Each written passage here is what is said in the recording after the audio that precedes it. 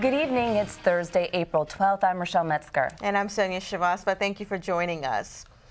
Authorities are investigating a police-involved shooting in Temple Hills. The incident happened around 3 a.m. Thursday in the 3100 block of Good Hope Avenue.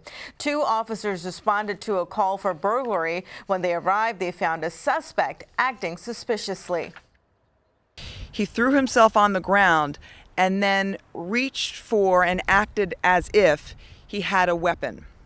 Based on his actions, the officers believed that he had a gun, and our female officer in this situation fired her county-issued weapon. None of the rounds hit the suspect. The suspect is being charged for the attempted murder of a man inside this apartment.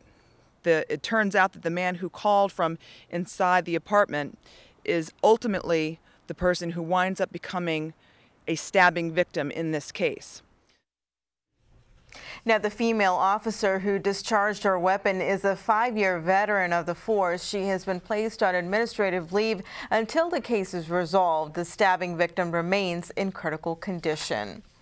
Well, a Florida prosecutor says George Zimmerman will be charged with second-degree murder in the killing of 17-year-old Gov.Martin. Earlier today, Zimmerman made his first court appearance but did not enter a plea. He turned himself into police yesterday. Zimmerman shot Martin on February 26th, saying it was in self-defense, but Martin's parents argued that their son was unarmed. They were in the district yesterday and say they are not rallying for a conviction. All they want is for Zimmerman to go through the legal system.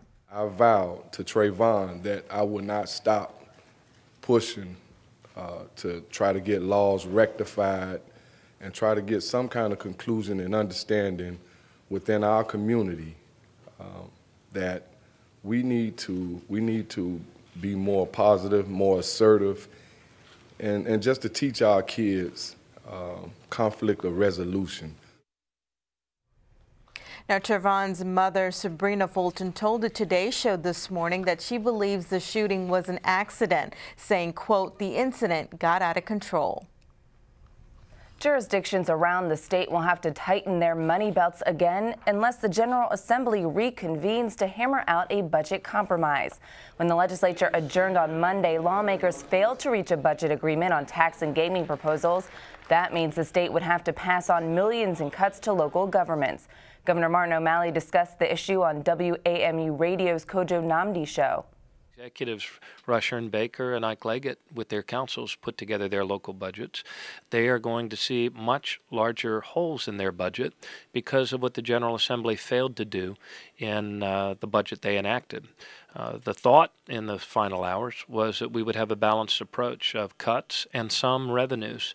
In this case, the compromise was the House version, which would call upon roughly 15% of Maryland filers in the top earning categories to pay a little more in their income tax so that we could continue to have #1 public schools, more affordable college, and safer streets. They failed to do that. Meantime, O'Malley, who spearheaded the passage of gay marriage legislation this year, says he expects the issue to go before voters this fall with a favorable outcome.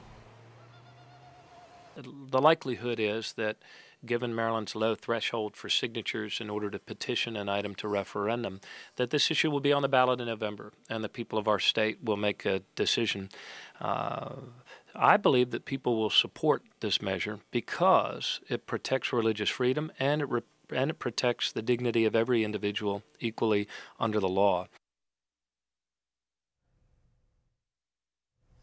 The governor appeared on WAMU Radio this afternoon. The Prince George's Homeland Security Office and the Maryland Emergency Management Agency conduct a disaster drill today. The exercise involved an earthquake scenario in Maryland. The goal was to test the overall functions of the Emergency Operations Center. Well, it allows us to see if we were to have a real emergency. Is the county prepared? Are we ready to deal with it? Are the agencies prepared? Are our plans in place for any type of emergency? It appears to be going well. Every agency that we requested has shown up, participating excellently. Just a good exercise. The exercise lasted for 6 hours and focused on resource logistics and distribution. And you're watching CTV News. I'm Rochelle Metzger. And I'm Sonia Shrivastava.